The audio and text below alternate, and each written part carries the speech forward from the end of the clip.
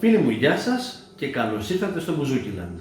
Στο σημερινό βίντεο θα σας δείξω πώς να παίξετε ώστε να μπορείτε να συνοδεύσετε ένα κομμάτι το οποίο είναι σε ρυθμό καλαματιανό.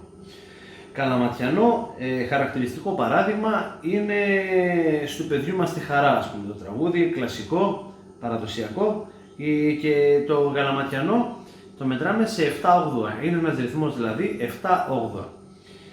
Το μυστικό λοιπόν στο καλαματιανό, για να μπορέσουμε να το μετρήσουμε εύκολα και να το παίξουμε, είναι να το σπάσουμε σε κομμάτια επιμέρους, δηλαδή 1, 2, 3, τα τρία πρώτα ένα κομμάτι, μετά άλλα 2, ένδυο και άλλα 2, ένδυο.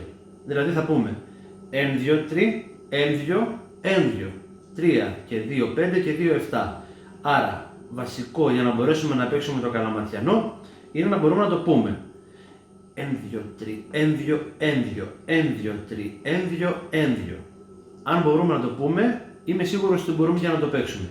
Όπου ακούμε το εν είναι ισχυρό. Το πιο ισχυρό από όλα φυσικά είναι το 1 και μετά το 4 και το 6 είναι λιγότερο ισχυρά. Ωστόσο είναι ισχυρά και στο κάθε ισχυρό θα δίνουμε μία νότα, θα κάνουμε δηλαδή αυτό που κάνει τον μπάσο στην ουσία στην ορχήστρα. Πάμε να το δούμε. 1, 2, 3, ένδυο, ένδυο.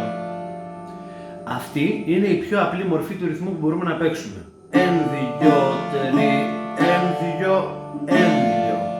Αυτό ακούγεται ως εξής όταν το παίζουμε σε πραγματικές συνθήκες.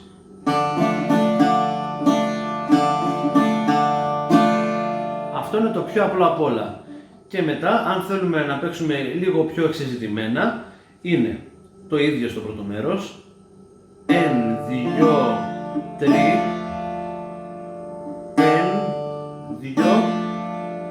Εδώ δηλαδή στο 2 βάλαμε μία πενιά επάνω όλες τις χορδές.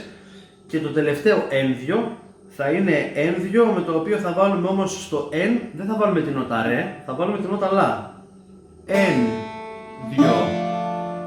Δηλαδή θα κάνουμε 1, 2, 3, 1, 2, 1, 2. Και σε πραγματικές συνθήκες θα πρέπει να ακούγεται αυτό. 1, 2, 3, 1, 2, 1, 2.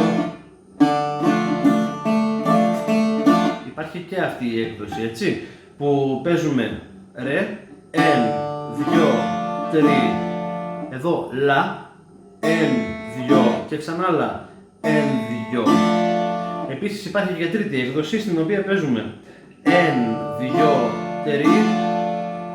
Στο ένδυο το επόμενο θα παίξουμε την νότα φα που είναι η τρίτη της χορδίας, 1, 2, και στο τελευταίο ένδυο θα παίξουμε την πέμπτη της χορδίας, το λα, 1, 2, και θα ακούγεται αυτό.